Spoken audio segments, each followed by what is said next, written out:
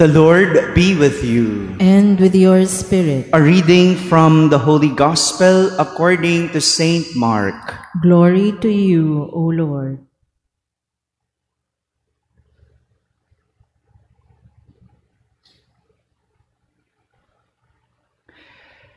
Jesus and his disciples left from there and began a journey through Galilee. But he did not wish anyone to know about it. He was teaching his disciples and telling them, "The Son of Man is to be handed over to men, and they will kill him. 3 days after his death, the Son of Man will rise." But they did not understand the saying, and they were afraid to question him. They came to Capernaum, and once inside the house, he began to ask them, "What were you arguing about on the way?" But they remained silent. They had been discussing among themselves on the way who was the greatest. Then he sat down, called the 12, and said to them, "If anyone wishes to be first, he shall be the last of all, and the servant of all." Taking a child, he placed it in their midst, and putting his arms around it, he said to them, "Whoever receives one child such as this in my name receives me, and whoever receives me receives not me, but the one who sent me." My friends, the Gospel of the Lord. Praise to you, Lord Jesus Christ. Please be seated. Good morning, my dear brothers and sisters. A blessed Sunday to all of you. Could you bless the person beside you by greeting him or her a blessed Sunday? Before we begin our reflection for today, I'd like to start with a story. This Sunday, my story is about an officer. One cold November, in Times Square, Officer Lawrence De Primo was working at a counter-terrorism post. It was evening when he encountered an older, barefooted man who was homeless, lying on the street. The officer disappeared for a moment, then returned with a new pair of boots. He knelt to help the man lace up, wear the boots, and put them on. The act of kindness would have gone unnoticed and mostly forgotten. Di ba gano'n naman? Kapag tumulong ka sa kapwa mo, wala na. Tapos na yun. Wala nang makakaalala. Wala nang makakatanda. Makakalimutan na. It's just a normal act of kindness. But had it not been for a tourist who took a picture of the incident, the tourist's snapshot or picture that was taken on her cell phone was posted on the Facebook page of the New York Police Department the next day, which made the officer an overnight internet hero. Di ba ganun yung panahon ngayon, no? Pag nakita yung ginawa mong maganda, malagay sa internet, magva-viral ka, internet, instant sensation. Di ba ganun ngayon? Oh, kaya nga ngayon, no, yung mga tumutulong, pinipicturean na nila yung sarili nila. Di ba? Ganyan. Di ba? Nagbigay lang ng tulong, no? Malaki pa nung cheque, no? Kala mo naman kanya, di ba? Galing naman yun sa taong bayan din, di ba? Ganyan sa atin ngayon, no? But this man, walang nakakaalam. Hindi niya alam. Napicturan siya habang tinutulungan niya yung isang homeless. And when he was interviewed by a local media outfit about the kind gesture he did, he recalled the story. He recalled the incident and told the interviewer, it was freezing outside. And you could see the blisters on the man's feet. Nagsusugat. Sa sobrang lamig, nagsusugat ang paa. And he said in the interview, I had 2 pairs of socks. Nakamedyas ako. And I was wearing boots as well. But I still felt cold. Ako nga may medyas, nakasapatos pa. Siya pa nawala. And it moved me to go to a nearby shoe store. He continued the story. When I got into the store, I told the salesman that I am looking for boots. Like the usual question of a salesman, if it is for the buyer, if it is for my use, or if it is for someone else. Di ba ganon pag yung salesman? Para sa inyo po ba? O pang regalo? And that I told the salesman, it would be for a homeless that I saw barefooted. The salesman showed me an all-weathered boots. Hindi lang panlamig. Para sa lahat ng panahon. Because he is a homeless. And offered his employee discount to lessen the price of the boots. Since then, I kept the receipt in my pocket to remind me that sometimes people have it worse. Sometimes people have it worst. Thinking that some people have it worse pushes me to be selfless. Di ba minsan, pag akala mo, pag iniisip mo, ikaw na yung pinakakawawa. Pag iniisip mo na mawawalan ka, dahil mahirap ka lang. Pag inisip mo na mas mahirap ang pinagdadaanan mo, mas masakit ang nararanasan mo, you tend to become selfless. Pag naisip mo, ba't ako magbibigay? Mahirap pa nga ako eh. Pag naisip mo na, ba't ako tutulong? Mas nasasaktan nga ako. Pag naisip mo na, bakit ako magbibigay? Sa akin nga, kulang pa ito eh. You will become selfless. Thinking that people have it worse pushes me to be selfless.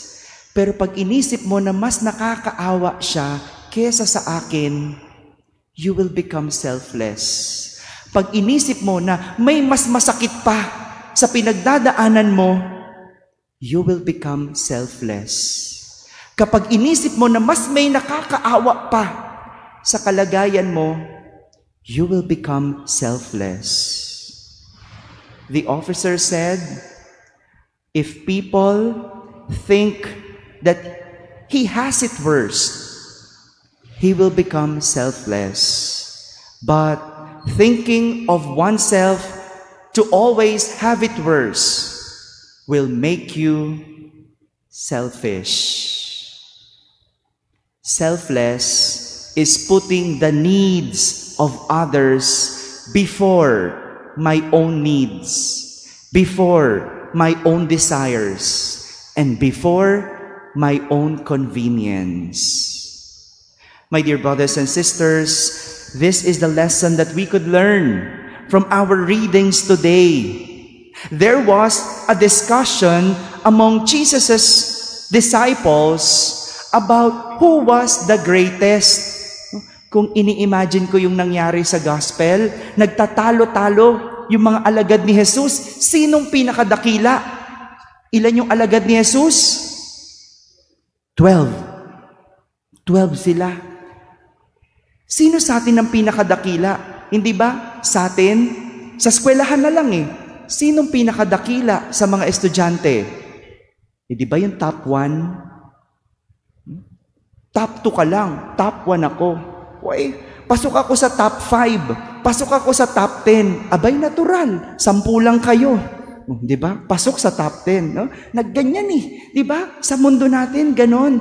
And I imagine yung mga 12 apostles, nagtatalo-talo. I am the greatest. I'm the greatest fisherman. Ang dami kong huli. Ang ganda ng trabaho ko. Sasabihin, fisherman ka lang. Ako, sasabihin ni Simon, the zealot, ako, makabayan ako. Makabayan ka lang. Sasabihin naman ni Mateo, ako, taong gobyerno ako, tax collector ako. Mas magandang trabaho ko. May sasabihin ni John the Beloved, tax collector ka? Magnanakaw ka? Taong gobyerno ka, magnanakaw ka. Ako ang greatest. I am the beloved. Mahal na mahal ako ni Jesus. If I could imagine that. Di ba ganun sa atin? Pagandahan, pagalingan, di ba? Pataasan ng boses, patapangan. That's greatest for us. But there was a discussion among the disciples. Who was the greatest? But prior to their discussion, Jesus was already telling his disciples what would happen to him. Bago sila nagtalo-talo, kinuwento ni Jesus kung ano ang mangyayari sa kanya. And Jesus narrated, the Son of Man is to be handed over to men. Handed over. And he will be killed. And 3 days after, the Son of Man will rise. Hindi nila nauunawaan kung ano ang sinasabi ni Jesus. Takot naman silang magtanong kung anong ibig sabihin ng sinasabi ni Jesus. But what they do not know is that even before they were discussing about who was the greatest, Jesus is telling them what greatness is. Bago pa sila nagtatalo-talo kung sino ang pinakadakila, sinasabi na ni Jesus kung ano ang kadakilaan. And that is to be handed over to men and be killed. And after his death, the Son of Man will rise. The word hand over comes from the Greek word paradosis. Could you say that? Paradosis. Yan, ginigising ko lang po kayo, no? Kasi baka tulog na, no? Paradosis, which means giving or surrendering. Jesus was handed over to people. Jesus was given to the people, was surrendered to the people. Yun ang ibig sabihin. And that is what greatness means. To know how to give or surrender. In the case of Jesus, what he is about to give is not material. Madali magbigay eh. Ito na.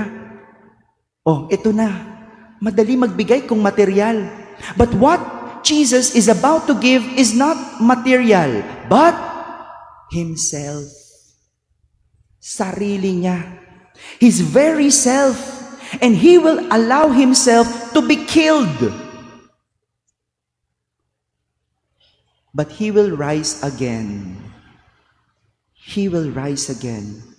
Isn't that greatness? Hindi ba kadakilaan yon? Yung kaya mong ibigay ang buong sarili.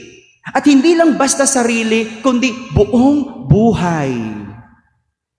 Greatness is being selfless. That is why Jesus said, if anyone wishes to be first, he shall be the last of all and be the servant of all. That's what greatness is. ihuli mo ang sarili mo. Unahin mo ang iba.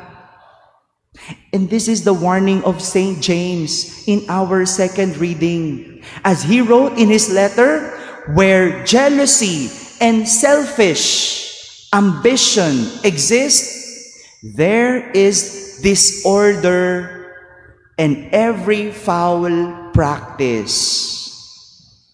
Pansinin po ninyo, ang isang pamilya na merong makasarili, andun ang kaguluhan. Isang pamilya, nandun ang makasarili, mayroong kaguluhan.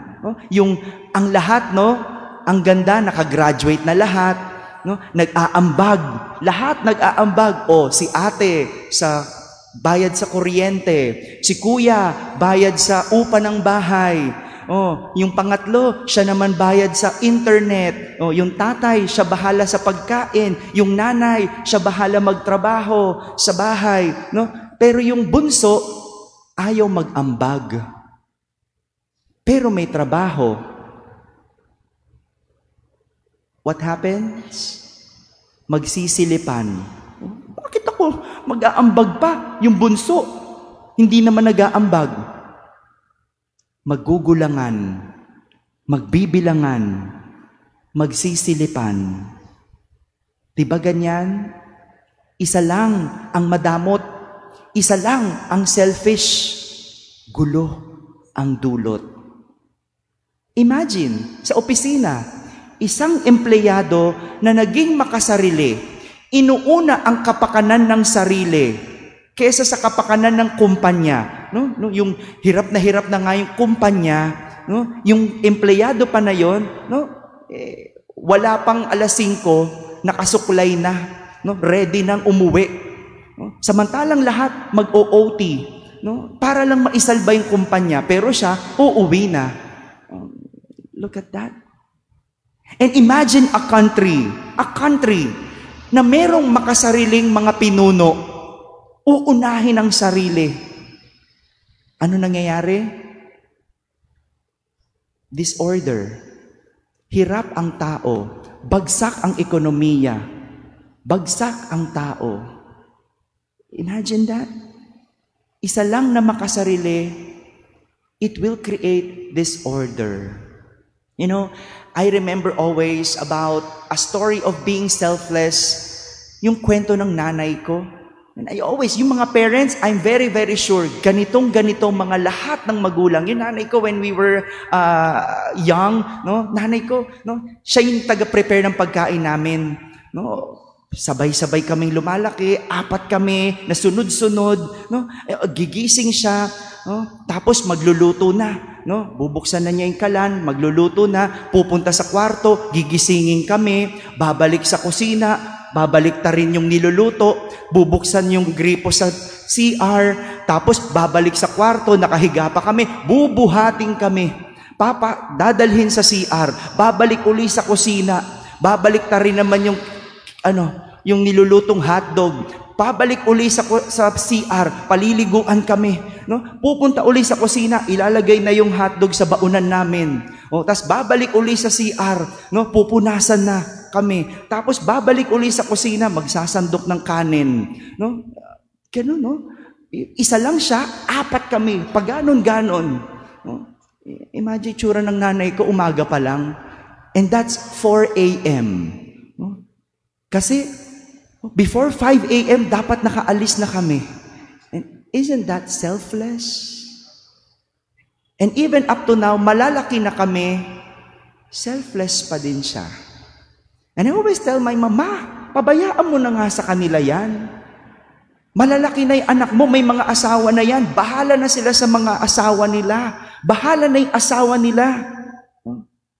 Wala naman, ngingiti-ngiti lang ang mama ko. At sasabihin niya, anak, hindi ka kasi magulang. Talo na ako. Hindi ko mararamdaman yon. And that is how it is to be selfless. And yung mga selfless are the greatest. Imagine mo sa pamilya, yung breadwinner, halos magkanda matay magtrabaho. maitaguyod ang pamilya, He's the greatest. And that's what Jesus did. He died for us. He gave Himself to us. But in the end, He rose again. He rose again. Yung mga marunong magbigay, hindi ka mawawalan. Mahirap man, you will rise again. And you will be the greatest. My dear brothers and sisters, remember, where there is selfishness, there is disorder. That is why selflessness is greatness, because it gives order. And the right order is, be the last, and you will be first. Amen.